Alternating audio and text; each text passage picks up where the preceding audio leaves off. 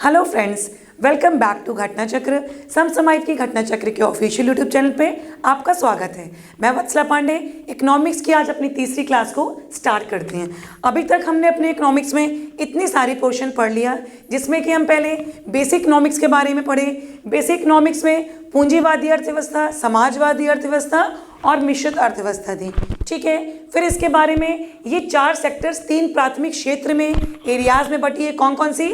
Primary, secondary और द्वितीयक। Primary के बारे में आपको बता दें, जैसे कि हम पहले भी बात कर रहे हैं, प्राइमरी क्षेत्र के तहत कृषि और उसके संबंधित उद्योग आते हैं, क्षेत्र आते हैं। द्वितीयक में विनिर्माण एवं निर्माण के क्षेत्र आते हैं।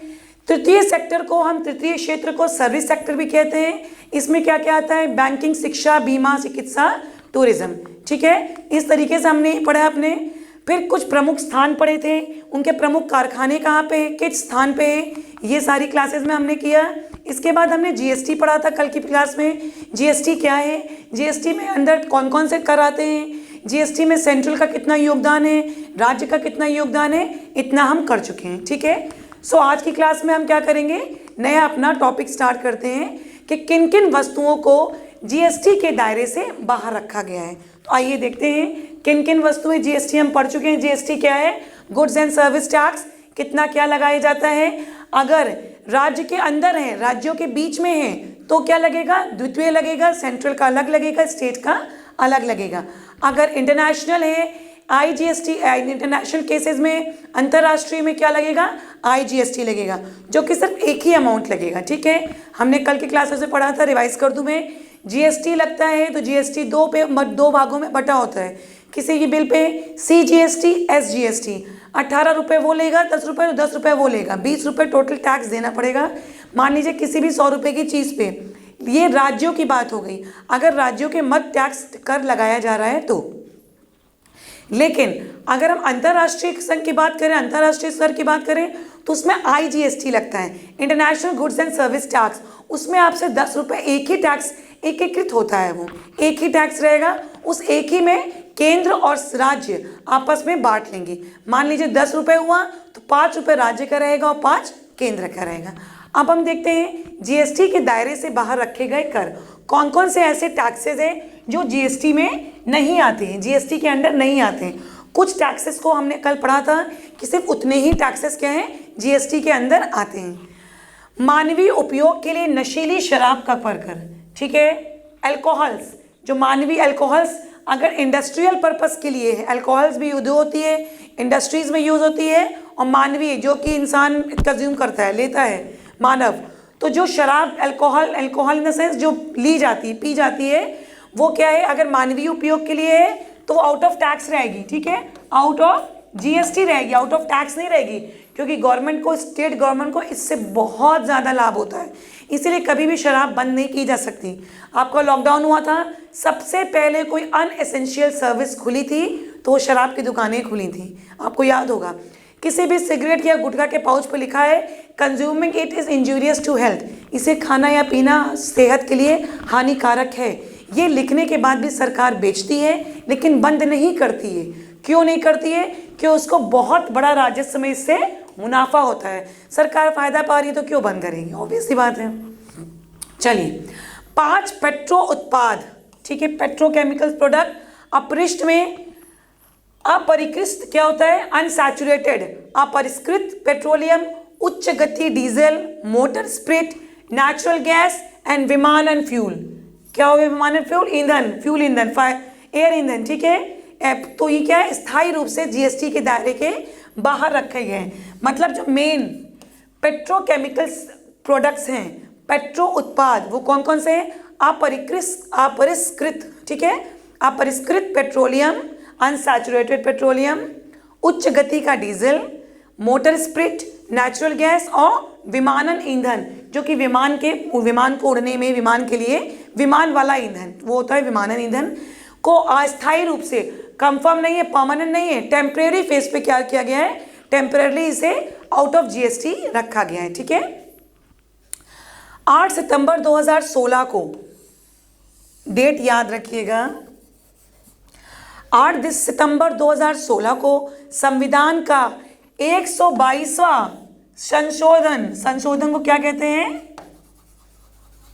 अमेंडमेंट, विधेयक राष्ट्रपति के हस्ताक्षरोपरांत मतलब सिग्नेचर के बाद, हस्ताक्षरोपरांत मतलब आफ्टर द सिग्नेटरी साइन के बाद 101वां अधिनियम 2016 के रूप में अधिनियत हुआ। ये question very very very very important. GST किस बिल में, कौन सा बिल लाया गया? तो 8 सितंबर 2016 को 122वां अमेंडमेंट संशोधन का बिल आया। ठीक है, क्या हुआ? अमेंडमेंट नहीं हुआ, ये क्या हुआ? ये इसका बिल पास हुआ, संशोधन का बिल। विधेयक मतलब बिल, राष्ट्रपति के साइन के बाद, राष्ट्रपति के हस्ताक्षरोपरांत संविधान 101 मतलब जो बिल पास हुआ वो उसका नंबर क्या था? 122वां। लेकिन संविधान में जो संशोधन हुआ तो कौन सा संशोधन था? 101वां संशोधन। ये चीज़ बहुत बहुत बहुत इंपॉर्टेंट है कि जी 101वां संशोधन, संविधान संशोधन कौन सा है? तो आप बोलोगे जीएसटी, या जीएसटी भारत के संविधान में किस संशोधन में किया गया है? कौन सा संशोधन के अंदर आता है? तो 101वां। कब किया गया? 1 सितंबर 2016। क्लियर? बहुत इंपॉर्टेंट पॉइंट है, इसको गलती से भी नहीं भूलना है। ओके, प्लीज तुरंत लिख लीजिए वरना स्क्रीनशॉट ले लीजिए। ओके, नेक्स्ट पॉइंट, यह अधिनियम जीएसटी 1 जुलाई 2017 से प्रभावित हो गया। आया कब? 8 सितंबर 2016। कब से लागू हो गया? प्रभावित होने मतलब लागू हो गया, इसके ही अकॉर्डिंग सारा क्या होने लगा? काम शुरू हो गया। तो कब से? 1 जुलाई 2017 से प्रभावी हुआ। आया कब ये? 8 सितंबर 2016 राष्ट्रपति के हस्ताक्षरोपरांत। ठीक है, 101वां भारतीय संविधान के संशोधन के रूप में। क्लियर? नेक्स्ट पॉइंट, 101वें संविधान संशोधन अधिनियम के तहत संविधान अनुच्छेद को क्या कहते हैं हम? आर्टिकल, कभी कभी आर्टिकल लिख के देता है। आर्टिकल या अनुच्छेद 289A जोड़ के वस्तु एवं सेवा कर परिषद के गठन का प्रावधान किया गया। मतलब संविधान में एक तो संशोधन में इसका नाम ऐड हो गया जीएसटी। 101वां हमारा संविधान संशोधन कौन सा है? जीएसटी। फिर इसको संविधान के अनुच्छेद में 289A के स्थान पे जोड़ा गया। अब संविधान संशोधन में संविधान के अनुच्छेद में 289A किससे रिलेट करता है? गुड्स एंड सर्विस टैक्स से, जीएसटी से रिलेटेड है। ठीक है, इस परिषद के अध्यक्ष केंद्रीय वित्त मंत्री होंगे। हमारे कौन होंगे? Finance minister. तथा इसका सचिवालय कहाँ होगा? इसका सचिवालय हेडक्वार्टर न्यू दिल्ली में। तो जीएसटी काउंसिल का एक काउंसिल बनाया गया 279A के अंडर। इसको हेड कौन करेगा? हमारे आदरणीय फाइनेंस मिनिस्टर, हमारे वित्त मंत्री। इस समय जीएसटी कौन हैंडल कर रहा है? निर्मला सुब्रमण्यम। ठीक है, निर्मला सीतारमण इस समय हमारी भावी फाइनेंस मिनिस्टर हैं, वित्त मंत्री हैं। इनके अंदर जीएसटी की सारी कार्यवाही की जा रही है। क्लियर? इसका हेडक्वार्टर कहाँ है जीएसटी ऑफिस का? दिल्ली में। विमुद्रीकरण घटनाक्रम, इसको आप लोग शायद इस नाम से कम जाने, डीमोनेटाइजेशन।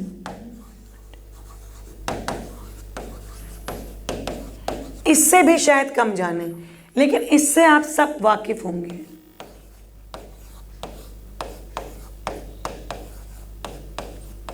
सिंपल लैंग्वेज में नोटबंदी से आप सब वाकिफ होंगे अच्छे से। शायद विमुद्रीकरण घटनाक्रम ना मालूम हो, डीमोनेटाइजेशन ना मालूम हो, लेकिन नोटबंदी सबको पता है। ये एक बहुत बड़ा अटैक लगा था सबको। ठीक है, ये कब हुआ? सबसे इंपॉर्टेंट इसकी डेट 8 नवंबर 2016 को 500 और 1000 के रुपए के महात्मा गांधी सीरीज के नोटों के विमुद्रीकरण, डीमोनेटाइजेशन की घोषणा की गई। 8 नवंबर 2016 के मध्यरात्रि से प्रभावी हुई। शाम को 6 बजे 7 नवंबर 2016 को शाम को 6 बजे हमारे प्रधानमंत्री नरेंद्र मोदी ने यह घोषणा की। उन्होंने आके क्या किया? भारत के लिए एक मैसेज दिया, जैसे आजकल तो रेगुलर हो गया उनका देना, कि हाँ आज इनकी बात होनी है, आज ये कुछ कहने वाले आने वाले हैं, तो अब पब्लिक समझ जाती है पहले कि अगर ये बोलेंगे तो कुछ ना कुछ गड़बड़ होगा। लेकिन कोरोना ने क्या किया है, इनकी बातों को भी अब एज कैजुअल कि कुछ ना कुछ आता ही रहता है।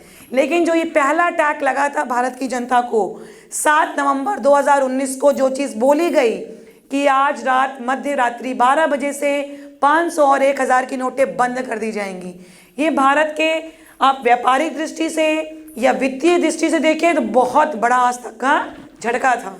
ठीक है, पब्लिक सेक्टर के लिए भी, प्राइवेट के लिए भी, सरकारी नौकरी के लिए भी, आम जनजीवन के लिए भी और मिडिल क्लास के लिए भी, हर एक श्रेणी का व्यक्ति इससे प्रभावित हुआ है। वो माने या माने, लेकिन हर किसी को इससे इफेक्ट हुआ था। ठीक है, तो ये घोषणा कब की गई थी? 7 नवंबर 2016 शाम को 6 बजे। ठीक, और ये नोटबंदी लागू कब से हुई? 8 नवंबर 2016 की मध्य रात्रि, मतलब रात को 12 बजे से। क्लियर? स्टैम्प शुल्क का आरोपण, स्टैम्प शुल्क आप सब जानते हैं, रजिस्ट्री वगैरह कराते हैं तो स्टैम्प टैक्स लगता है ना, stamp paper, that is your stamp शुल्क। स्टैम्प शुल्क का आरोपण केंद्र करता है, किंतु उसका संग्रह और वियोजन व्यय करता है। ठीक है, अब स्टैम्प शुल्क कौन करता है? इसका आरोपण कलेक्ट करता है कौन? सेंट्रल। लेकिन इसका संग्रह और बेचना, स्टोरेज एंड सेल, ठीक है, व्यय खर्च कौन करता है? हमारा स्टेट। क्लियर? तो स्टैम्प शुल्क में दोनों की भागीदारी है, दोनों की पार्टनरशिप है कि इसको कौन करेगा? इसका आरोपण करता है सेंट्रल, इसका व्यय मतलब स्टोरेज और खर्च, बेचना सेल वो कौन करेगा? स्टेट। ठीक है, नेक्स्ट पॉइंट, बिक्री कर हमने बताया था आपका, बिक्री कर सेल्स टैक्स। ठीक है, सेल्स टैक्स पे राज्य सरकारों का अनन्य रूप से अधिकार है, मतलब एकाधिक एकदम मोनोपोली है। सेल्स टैक्स जो लगेगा वो पूरा स्टेट गवर्नमेंट एंजॉय करती है, उसका अनन्य अधिकार है। ठीक है, नो शेयरिंग पार्टनरशिप वगैरह। नेक्स्ट पॉइंट, संपत्ति कर, प्रॉपर्टी टैक्स, रेवेन्यू टैक्स, उपहार टैक्स, जोत कर पर राज्य सरकार का अधिकार है। तो ये सारी भी क्या है? स्टेट के टैक्स है। कौन कौन से? संपत्ति, भू राजस्व, जितना भी रेवेन्यू टैक्सेस वगैरह जाते हैं, हाउस टैक्स, वाटर टैक्स। ठीक है, ये सारे किस पे है? उपहार, जोत कर, एग्रीकल्चर पे टैक्स, जो भी चीजें हैं, ये सारे टैक्सेस हमारी राज्य सरकार को मिलता है। बिक्री कर अप्रत्यक्ष कर है, हमने कल भी बात की थी। बिक्री कर आपका क्या है? सेल्स टैक्स क्या है? अप्रत्यक्ष कर है, इनडायरेक्ट टैक्स है। ठीक है, हमने डायरेक्ट टैक्सेस और इनडायरेक्ट टैक्सेस के बारे में बात की थी। तो बिक्री कर सेल्स टैक्स क्या है हमारा? इनडायरेक्ट अप्रत्यक्ष कर है। क्लियर? चलिए नेक्स्ट स्लाइड।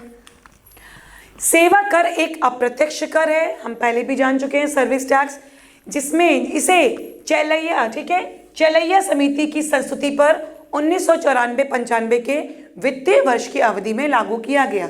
तो सेवा कर, सर्विस टैक्स कौन लाया? सर्विस टैक्स किसके द्वारा आया? चेलैया समिति, मिस्टर चेलैया थे, उन्होंने क्या किया? उन्होंने मीटिंग बैठाई, बोर्ड बैठाया, उन्होंने उसमें क्या किया? सब निष्कर्ष निकाला गया, क्या चीज़ करना चाहिए, किससे क्या फ़ायदा हो सकता है। उन्होंने एक कमेटी का गठन किया। उस कमेटी के गठन कौन थे? चेलैया साहब थे हमारे। उन्होंने उनकी संस्तुति पर क्या हुआ? उनकी संस्तुति मान लीजिए, उनकी रिपोर्ट के बाद 1994-95 के वित्तीय वर्ष, मतलब जो फाइनेंशियल ईयर 1995 और 1994-1995 का फाइनेंशियल ईयर था, उसमें ये चीज़ अवधि लागू हुई। किसकी? हमारे सेवा कर की। ठीक, तो सेवा कर के लिए इसे कौन लाया? सेवा कर के बारे में दो चीज़, सेवा कर एक अप्रत्यक्ष कर है, इनडायरेक्ट टैक्स है, और इसे लाने वाले चेलैया समिति के द्वारा सेवा कर आया। क्लियर? भारत में और किस साल आया? तो 1994-95 के वित्तीय वर्ष की अवधि से इसे लागू किया गया, सेवा कर को। क्लियर? तो पहले वाले पॉइंट से आपको 3 क्वेश्चन मिले। सेवा कर अप्रत्यक्ष कर है, चेलैया समिति द्वारा लाया गया, 1994-95 के फाइनेंस ईयर से, वित्तीय वर्ष से इसे लागू किया गया। नेक्स्ट पॉइंट, भारत में सर्वप्रथम मूल्य वर्धित कर, वैट का फुल फॉर्म मैंने कल बताया था, वैल्यू एडेड टैक्स। भारत में सर्वप्रथम वैट लगाने वाला राज्य हरियाणा था। बहुत इंपॉर्टेंट क्वेश्चन, कब? 2003 में। तो वैट आप सबने सुना होगा, बीच में वैट की बहुत ज़्यादा वो थी कि वैट हर जगह, अब जैसे जीएसटी हो गया है, पहले वैट बहुत तेज़ लागू हुआ था। तो वैट को सबसे पहले लाने वाला कौन था? वैट को सबसे पहले लाने वाला, अपनाने वाला राज्य हरियाणा था। 2003 में ये आया था, ठीक है। नेक्स्ट पॉइंट, वित्तीय वर्ष 16-17 में केंद्र सरकार को सबसे अधिक राजस्व निगम कर से प्राप्त हुआ। तभी नहीं, अभी भी 2016-17 में ही नहीं, आज भी सबसे ज़्यादा राजस्व, सबसे ज़्यादा टैक्स कहाँ से मिलता है? कॉर्पोरेट टैक्स, ठीक है, निगम कर जिसे आप कहते हैं। भारत में स्टॉक एक्सचेंज का नियम सेबी करती है। स्टॉक एक्सचेंज आप सब जानते हैं, ठीक है, stock exchange board of India, ठीक है, सेबी। सेबी क्या करती है? जितने भी स्टॉक मार्केट वगैरह होता है ना, इसको कौन हेड करता है? इसका नियमन रेगुलेशन कौन करता है? सेबी। तो भारत का स्टॉक एक्सचेंज किसके द्वारा हेड किया जाता है, किसके द्वारा रेगुलेट किया जाता है? तो सेबी के द्वारा। क्लियर? नेक्स्ट पॉइंट, आयकर व्यक्तिगत कर आय है। आयकर व्यक्तिगत आय पर लगाए जाने वाला कर है। तो आयकर क्या है? आपकी पर्सनल इनकम पे, आप अगर 3 लाख 4 लाख से ज़्यादा कमा रहे हैं तो आपको इनकम टैक्स देना पड़ेगा, ठीक है। हर साल सरकार की इसकी क्या होती है? स्लैब बढ़ाते हैं, 2 लाख 2.5 लाख 3 लाख, हर साल इसकी स्लैब बढ़ती है। ओल्ड एज वालों को, रिटायरमेंट वालों को, बूढ़े लोगों को इससे कुछ हद तक छूट रहती है नॉर्मल से। तो जो हमारे खुद की पर्सनल इनकम पे टैक्स लगता है वो क्या होता है? Income tax. तो आयकर व्यक्तिगत आय पे लगाया जाने वाला टैक्स होता है, कर होता है। क्लियर? नेक्स्ट पॉइंट, उत्पाद शुल्क।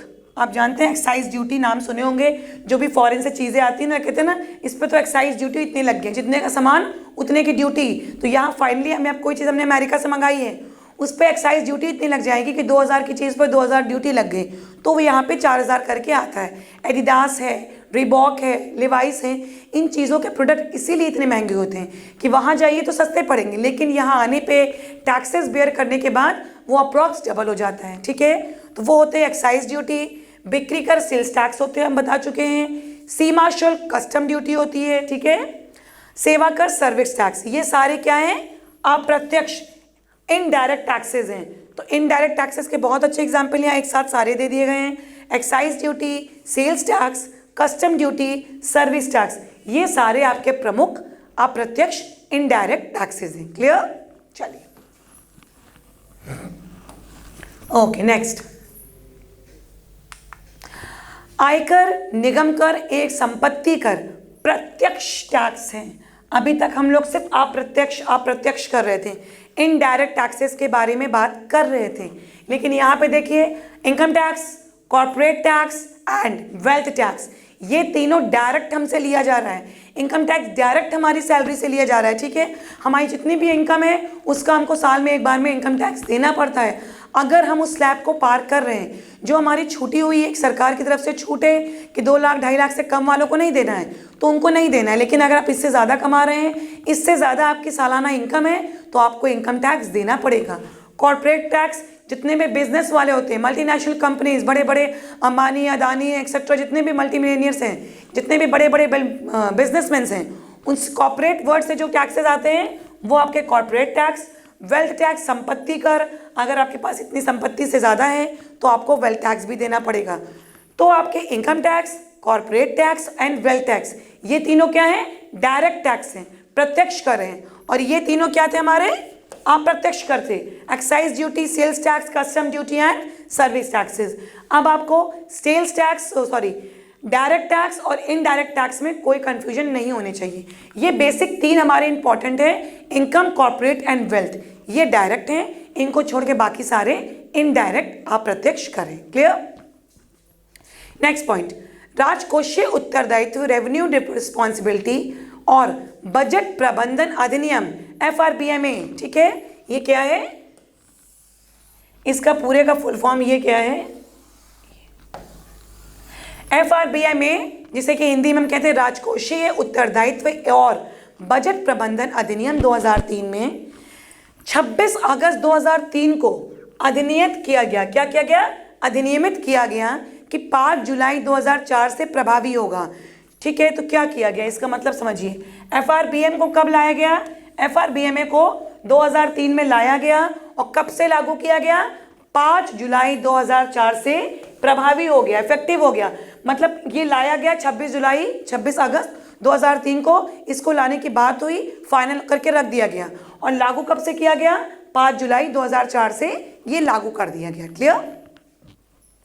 शराब पर उत्पादन कर राज्य सरकार द्वारा लगाया जाता है, इसीलिए शराब नुकसान करने के बाद भी, पैसे की फालतू बर्बादी के बाद भी सरकार बंद नहीं करती है। ठीक है, क्योंकि इससे सरकार को टैक्स का एक बहुत बड़ा हिस्सा मिलता है, तो क्यों उनका फायदा हो रहा हो तो क्यों बंद करेंगी। ओके, चलिए 15वें वित्त, हमने कल बात किया था, 14वें पिछली बार थी, अब इस समय कौन सी चल रही है, ये बहुत इंपॉर्टेंट है। ओके, 15वें वित्त आयोग के अध्यक्ष मिस्टर नंद किशोर सिंह हैं। 15वें वित्त आयोग इस समय चल रहा है, इसके अध्यक्ष कौन है? मिस्टर नंद किशोर सिंह। जो इस समय हमारा वित्त आयोग चल रहा है 15वां चल रहा है। क्लियर? ओके, पुराना भी पूछ सकते हैं। 14वें वित्त आयोग के अध्यक्ष कौन थे? Doctor DY Reddy. तो 14 के DY रेड्डी, 15 के मिस्टर नंद किशोर सिंह। ठीक है, इन दोनों को आपको याद रखना पड़ेगा। नेक्स्ट, चलैया समिति, इनसे संबंध किसका है?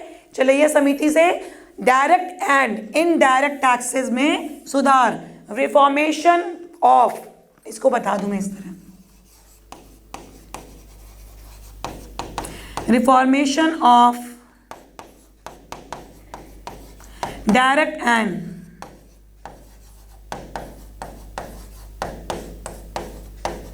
टैक्स। तो डायरेक्ट और इनडायरेक्ट टैक्स का रिफॉर्मेशन, कर सुधार किसके द्वारा हुआ? चलैया समिति के द्वारा। क्लियर? मनोरंजन कर केंद्र सरकार नहीं लगाती है, मनोरंजन कर हम कल पढ़ चुके हैं। मनोरंजन कर हमारा कौन लगाता है? राज्य सरकार लगाती है। भारत का औद्योगिक वित्त निगम IFCI, ठीक है, एक विकास बैंक के रूप में कार्य करता है। IFCI क्या है? ये एक डेवलपमेंट बैंक की तरह काम करता है। क्लियर? ओके, IFCI की स्थापना कब हुई? IFCI की स्थापना 1 जुलाई 1948 में हुई। ये एक फाइनेंस बैंक की तरह काम करता है। इसकी स्थापना कब हुई? 1 जुलाई 1948 में। भारतीय औद्योगिक विकास bank, industrial development bank of India, IDBI। IFCI शायद आपने ना सुना हो, IDBI आप सबने सुना होगा। ठीक है, सो IDBI की स्थापना कब हुई? जुलाई 1964 में। IFCI की जुलाई 1948 में, IDBI की 1 जुलाई 1964 में की गई। क्लियर? भारतीय यूनिट ट्रस्ट ऑफ इंडिया, ठीक है, UTI भी आपने सुना होगा। यूनिट ट्रस्ट ऑफ इंडिया की स्थापना कब हुई? सिर्फ आपको क्या करने हैं, इनके फुल फॉर्म सबके याद रखने हैं और स्थापना कब हुई। क्लियर? UTI की स्थापना कब हुई? फरवरी 1964 में की गई। ये क्या काम करता है? UTI का क्या काम है? सेंसेक्स, BSI, निफ्टी, सॉरी उसका नहीं, ये नेक्स्ट पॉइंट है। UTI की स्थापना कब की गई? फरवरी 1964 में। ठीक, next point, Sensex, BSI, Nifty, ठीक है, बॉम्बे स्टॉक एक्सचेंज। BSI क्या है आपका? Bombay stock exchange. ठीक है, शेयर वगैरह, शेयर मार्केट। तो सेंसेक्स, BSI, निफ्टी, ये क्या है? आपके सारे शेयर मार्केट हैं। आप नाम सुने होंगे, आज सेंसेक्स इतना ऊपर गया, इतना नीचे गया। अब अभी जो नया नया ओमिक्रॉन वायरस आया है, इसके आने की आहट से ही शेयर मार्केट में हलचल मचने लगी। कहते हैं ना, सेंसेक्स आज ऊपर गया, नीचे गया, तो सेंसेक्स है। BSE, बॉम्बे स्टॉक एक्सचेंज, ठीक है, निफ्टी, ये सारे क्या है? शेयर मार्केट से रिलेटेड हैं। क्लियर? ओके, नेक्स्ट पॉइंट, राष्ट्रीय कृषि एवं ग्रामीण विकास bank, national bank for agriculture and rural development, NABARD, बहुत इंपॉर्टेंट है। इसका फुल फॉर्म कई बार पूछा जा चुका है। Make a slide, make a screenshot, note कर लीजिए। ठीक है, ये बहुत इंपॉर्टेंट है। Okay, so national bank for agriculture and rural development, NABARD। Bharat में NABARD क्या कार्य करता है, ये भी पूछता है। तो भारत में कृषि क्षेत्र को वित्त प्रदान करता है। एग्रीकल्चर से रिलेटेड जो चीज़ें रहती हैं, गाँव के लोगों को, किसानों को क्या करता है? वित्तीय हेल्प, वित्तीय मदद देता है। फाइनेंशियल उनको क्या करता है? स्ट्रॉन्ग बनाता है। तो कृषि क्षेत्र में वित्त प्रदान करने वाली सबसे सर्वोच्च संस्था कौन सी है? NABARD है। क्लियर? NABARD का full form national bank for agriculture and rural development. Clear? Okay, NABARD की स्थापना कब हुई? बहुत इंपॉर्टेंट है। NABARD की स्थापना 12 जुलाई 1982 में हुई। इसका मुख्यालय कहाँ है? हेडक्वार्टर मुंबई में। ठीक, दिल्ली से कंफ्यूज नहीं होइएगा। किसान क्रेडिट कार्ड योजना, ये आपने सुना होगा।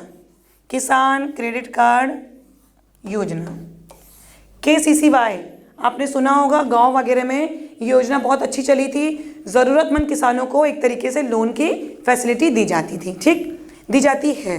तो किसान क्रेडिट कार्ड योजना की शुरुआत अगस्त 1998 में की गई, ठीक है। ओके क्लास, तो हमने अभी लास्ट में भी देखा किसान क्रेडिट कार्ड की योजना के बारे में, ठीक है। इसकी शुरुआत कब हुई?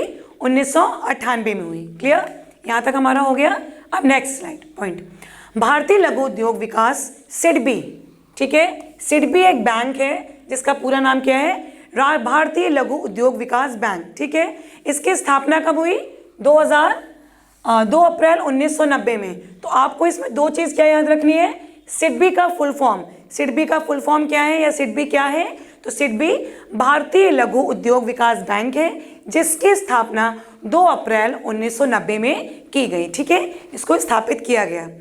देश में सर्वप्रथम 2 अक्टूबर 1975 को 5 श्रेणीय, ठीक है, 5 एरिया को जो कवर करें, ठीक, 5 श्रेणी ग्रामीण बैंक स्थापित किए गए। कब? 2 अक्टूबर 1975 को क्या किए गए? 5 एरियो में 5 क्षेत्रीय, ठीक है, अलग अलग क्षेत्र से रिलेटेड अलग अलग रीजन्स को कवर करते हुए 5 क्षेत्रीय ग्रामीण बैंक की स्थापना की गई। कब की गई? 2 अक्टूबर 1975। तो ये क्वेश्चन इस तरीके से शायद पूछा जाए आपसे कि किस वर्ष में 5 क्षेत्रीय ग्रामीण बैंकों की स्थापना की गई, तो आप क्या कहोगे? 2 अक्टूबर 1975। क्लियर। नेक्स्ट पॉइंट, वर्ष 1957 में भारत में मुद्रा की दशमलव प्रणाली प्रचलन में आई, डेसिमल सिस्टम,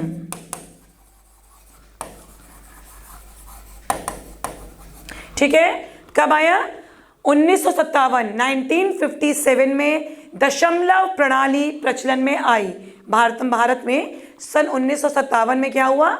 हमारी दशमलव आप सब जानते होंगे, 2.2 हुआ, तो ये पॉइंट क्या हो गया? दशमलव, ठीक है। 20.25, तो ये क्या हो गया? दशमलव। इंग्लिश में हम लोग बोलते हैं डेसिमल। क्लियर।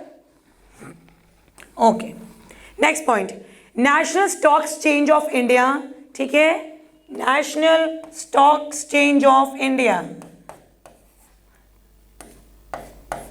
इसकी स्थापना कब की गई? 1992 में। तो national stock exchange of India की स्थापना कब की गई? 1992 में। हमने पहले ही पिछली क्लास में भी देखा था, पिछली स्लाइड में देखा था कि Bombay exchange, Bombay stock exchange, Nifty, Sensex, ये सारी चीज़ें किससे संबंधित हैं? तो ये सारी चीज़ें हमारे स्टॉक मार्केट, शेयर से संबंधित हैं, ठीक है। जहाँ पे शेयर बाजार आप सुने होंगे, शेयर बाजार, ये सारे क्या हैं? शेयर बाजार के नाम हैं। उनमें से एक ये है national stock exchange of India. इसकी स्थापना कब की गई? 1992 में। तो इसका डायरेक्ट क्वेश्चन ऐसे आ सकता है कि national stock exchange of India की स्थापना कब की गई?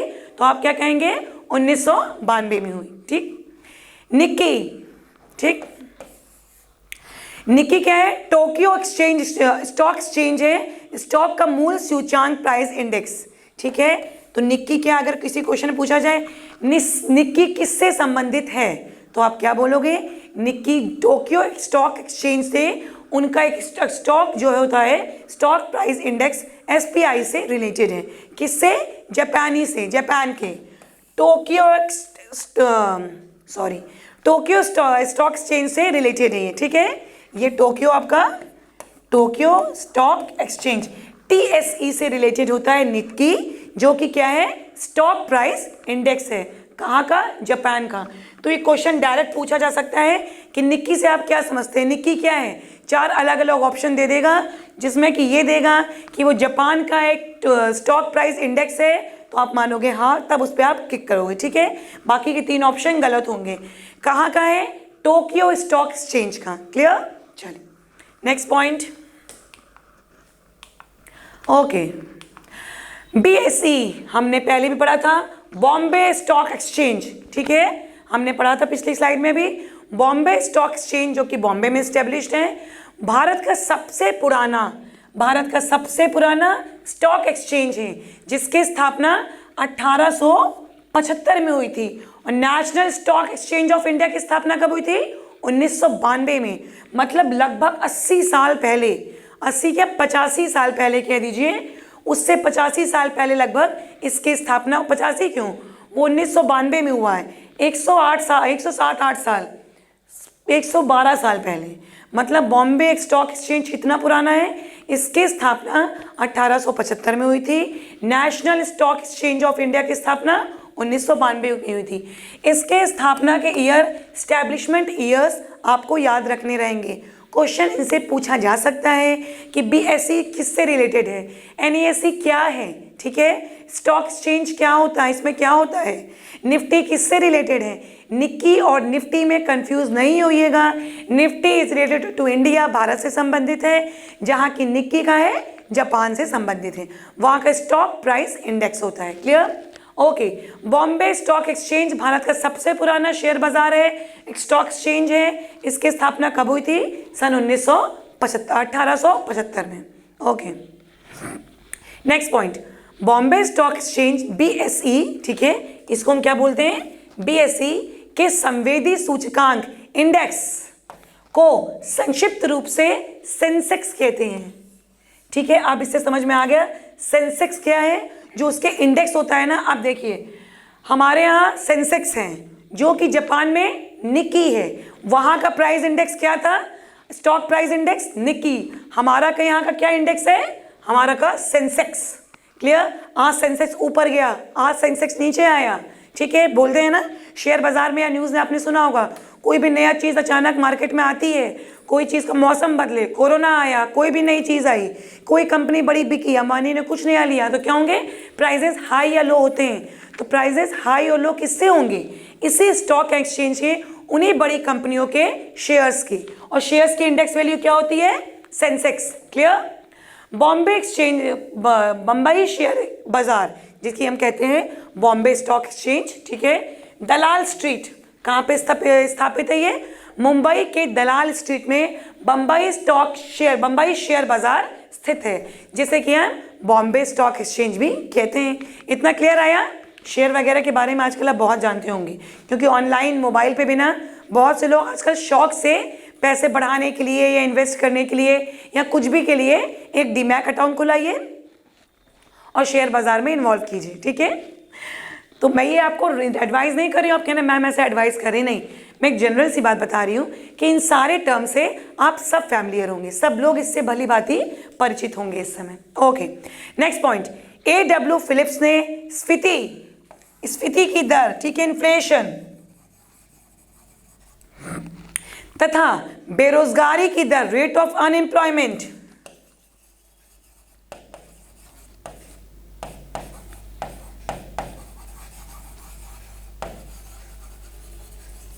ठीक।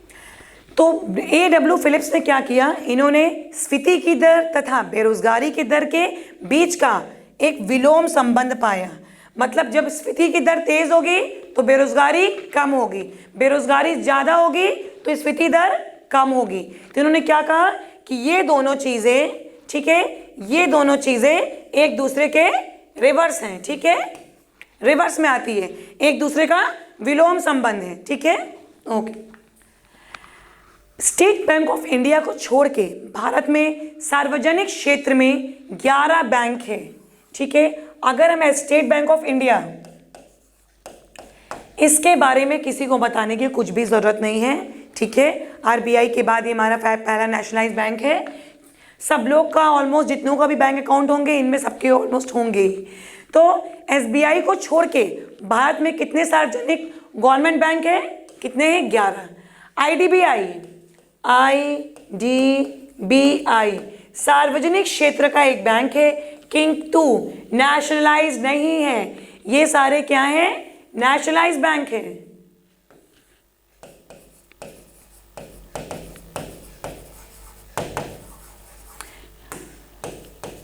नेशनलाइज बैंक है। ठीक है, आईडीबीआई एक बैंक ऐसा है जो कि सरकारी बैंक है। ठीक है, गवर्नमेंट बैंक होने के बाद भी क्या है, नेशनलाइज नहीं है।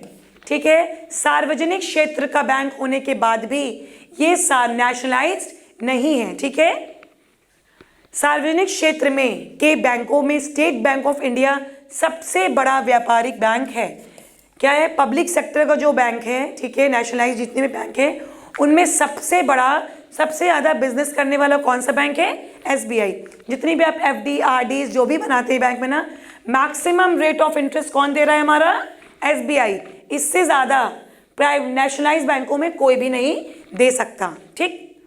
भारतीय स्टेट बैंक भारत का पहला बैंक था जिसने चीन ने अपनी प्रथम शाखा खोली। बहुत इंपॉर्टेंट क्वेश्चन। भारत का ऐसा कौन सा बैंक है जिन्होंने चीन में अपनी एक ब्रांच खोली? तो कौन सा बैंक है हमारा? एसबीआई। ठीक है, एसबीआई ने क्या किया? अपनी एक शाखा चीन में भी खोली है। क्लियर? ओके। भारतीय रिजर्व बैंक के गवर्नर शशिकांत दास हैं। इस समय भारतीय बैंक के गवर्नर, आरबीआई गवर्नर कौन है? एट प्रेजेंट, अभी वर्तमान में शशिकांत दास हैं। फिर अब टाइम टू टाइम इनका टेन्योर चेंज होता है, तो इस पॉइंट के लिए आप हमेशा अपडेट रहिए। अभी आप ये देख रहे हैं, हो सकता है वीडियो आप कुछ टाइम के बाद, साल 6 महीने बाद देखें, तो मे बी पॉसिबल ये बदल जाएं। तो इस पॉइंट के लिए कि गवर्नर कौन है, इसके लिए क्या करना पड़ेगा? आपको हमेशा रेगुलर अपडेट रहना पड़ेगा। क्लियर? भारतीय रिजर्व बैंक की स्थापना कब हुई? डेट बहुत इंपॉर्टेंट है, साल। आरबीआई की स्थापना 1935 में हुई। ठीक है, हमको स्वतंत्रता, फ्रीडम मिलने से पहले, भारत को आज़ादी मिलने से पहले ही ये आरबीआई बैंक की स्थापना हो गई थी। कब? 1935 में। आरबीआई ने दिसंबर 1969 के से लीड बैंकिंग प्रारंभ योजना प्रारंभ किया। तो क्वेश्चन में भी आज पूछा जा सकता है कि आरबीआई ने लीड बैंकिंग योजना किस वर्ष शुरू किया? ठीक है, ये क्वेश्चन, पहला क्वेश्चन। दूसरा क्वेश्चन इसी पॉइंट से, किस 1969 में किस बैंक ने, भारत के किस बैंक ने लीड बैंकिंग योजना स्टार्ट की? ठीक है, तो किसने की? आरबीआई ने की। तो एक ही से आपको 2 क्वेश्चन मिल गए। Clear? Next, smart money. Smart money question बहुत बार पूछा गया है, बहुत इंपॉर्टेंट है, पूछा जा सकता है। स्मार्ट मनी किसे कहते हैं? तो क्रेडिट कार्ड के लिए। क्रेडिट कार्ड से पेमेंट होती है। आजकल क्रेडिट कार्ड के बारे में भी आप सब जानते होंगे। जो पेमेंट क्रेडिट कार्ड से की जाती है, या क्रेडिट कार्ड जिस मोड ऑफ पेमेंट के लिए यूज होता है, उसे हम क्या कहते हैं? Smart money. क्लियर? तो अगर पूछा जाएगा स्मार्ट मनी किससे संबंधित है, debit card, credit card, Visa card या पेटीएम, जैप वगैरह, तो आप क्या कहोगे? Credit card is related to smart money is related to, संबंधित है क्रेडिट कार्ड से। क्लियर? Okay, next. ये सारे बहुत इंपॉर्टेंट पॉइंट है बच्चे, इसे सब लोग मार्क करते रखना। Plastic money.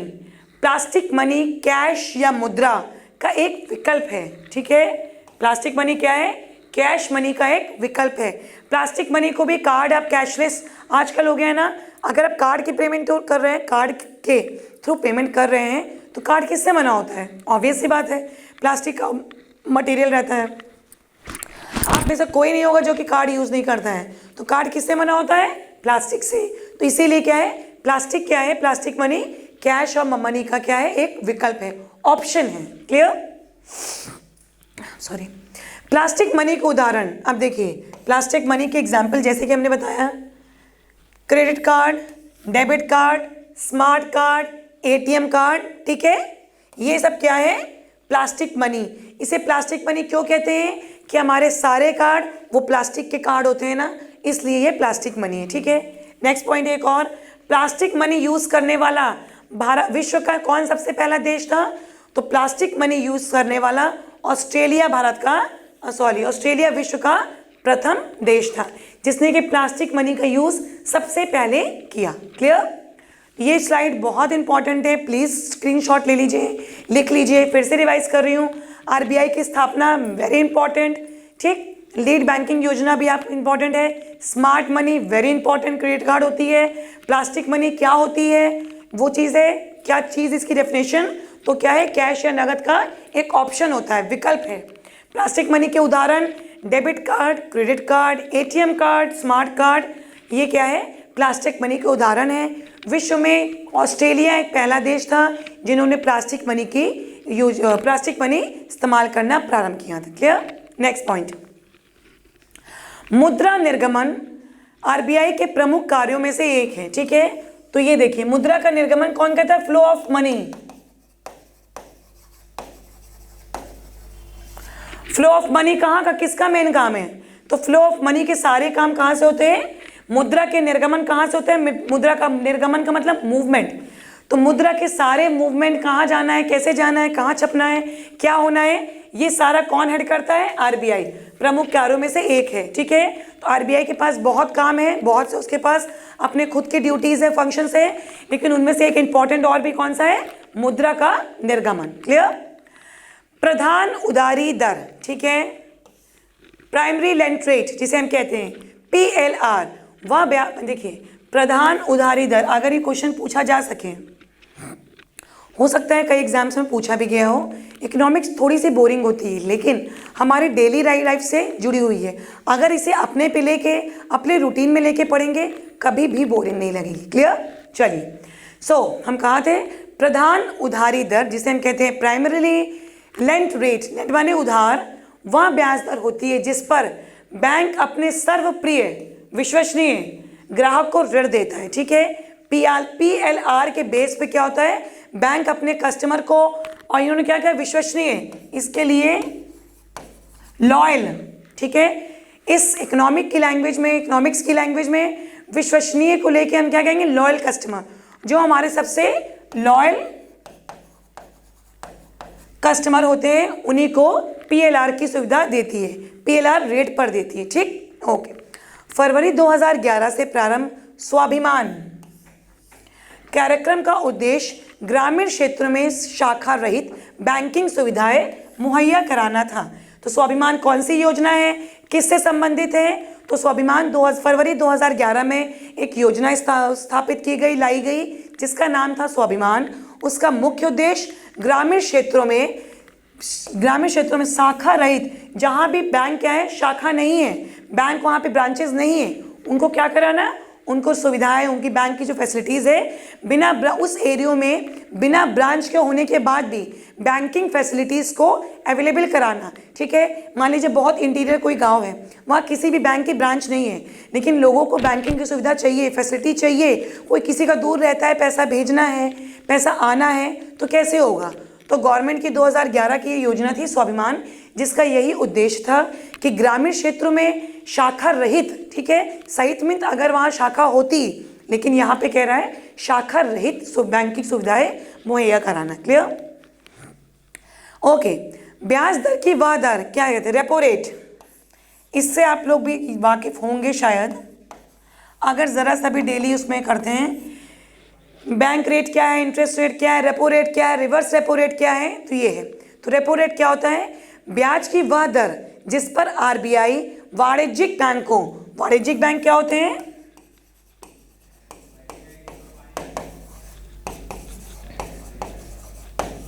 ओके। ब्याज की वह दर जिस पे आरबीआई कॉमर्शियल बैंक्स को अल्प अवधि कोष उधार देती है, मतलब शॉर्ट पीरियड के लिए क्या देती है? पैसे उधार देती है, और जिस रेट पे देती है उस रेट को हम क्या कहते हैं? Repo rate. तो क्लियर हो गया?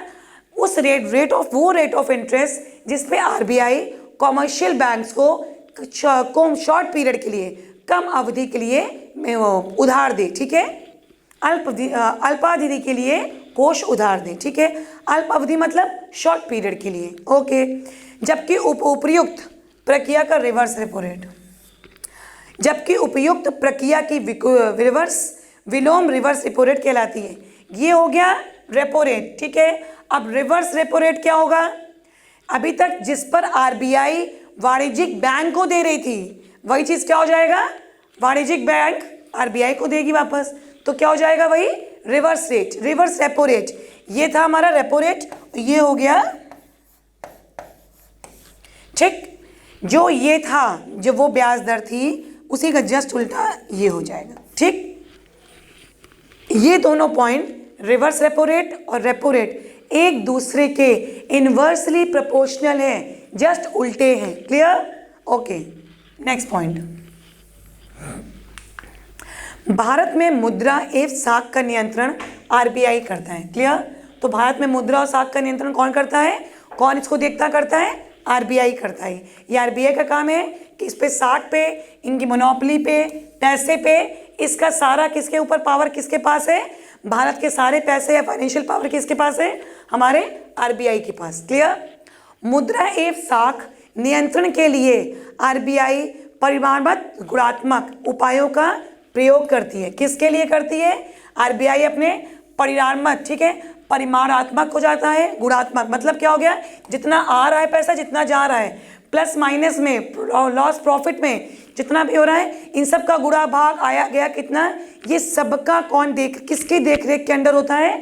तो हमारे आरबीआई इसको सब कुछ को क्या करता है? कंट्रोल करता है, चाहे वो परिमाण को लेके हो, चाहे गुणात्मक में हो, किसी भी चीज़ को आरबीआई क्या करता है? मुद्रा एवं साख की सारी चीज़ें नियंत्रण में रखता है अपने। ठीक, नेक्स्ट पॉइंट, भारत में सर्वप्रथम 14 बैंक को क्या किया गया था?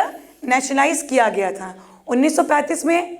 1935 में आरबीआई का क्या हुआ? राष्ट्रीयकरण हुआ। ठीक है, 1935 में। उसके बाद इस समय 11 नेशनलाइज बैंक हैं, राष्ट्रीयकरण हुआ है, राष्ट्रीयकृत बैंक हैं। इसमें क्या आरबीआई, आईडीबीआई ऐसा बैंक है जो सार्वजनिक होने के बाद भी राष्ट्रीयकृत नहीं है, लेकिन जब इन बैंकों की स्थापना हुई 1969 में क्या था? 14 उस समय, आज 11 नेशनलाइज बैंक है। ठीक है, 11 जो है राष्ट्रीयकृत, जिसे हम नेशनलाइज्ड कहते हैं, नेशनलाइज बैंक हैं इस समय, आज वर्तमान में। उस समय कितने थे? 14 थे, लेकिन दूसरी बार कुल 6 बैंकों का राष्ट्रीयकरण करके इनको क्या किया गया? 80 में और ऐड हो गए। तो पहले 14 थे, 1969 में कितने थे? 14 थे, 80 में कितने हो गए? 80 में 6 और ऐड हो गए, 6 और ऐड हो गए, तो टोटल 20 बैंक। 1980 तक भारत में टोटल 20 राष्ट्रीयकृत बैंक हो गए थे। क्लियर? इस दूसरी बार में कुल 6 बैंकों को राष्ट्रीयकरण किया गया वर्ष 1980 में। मुद्रास्फीति, ठीक है, प्राइस इन्फ्लेशन ऋणी वर्ग को लाभ एवं बॉन्ड धारकों, बॉन्ड आप जानते हो, बैंक से बॉन्ड पेपर लेके बॉन्ड बनाए जाते हैं, बॉन्ड धारकों को हानि पहुंचाती है। ठीक है, जो लोग अपने पैसे को बॉन्ड की में प्रिजर्व रखते हैं, प्रॉफिट्स को, वो क्या करते हैं? अगर इन्फ्लेशन हुआ, मुद्रास्फीति हुई, पैसे की मूल्य कम हुआ, ठीक है, रुपए पैसे का मूल्य भी जानते हैं आप, डॉलर का मूल्य, रुपए का मूल्य रोज अप डाउन होता है।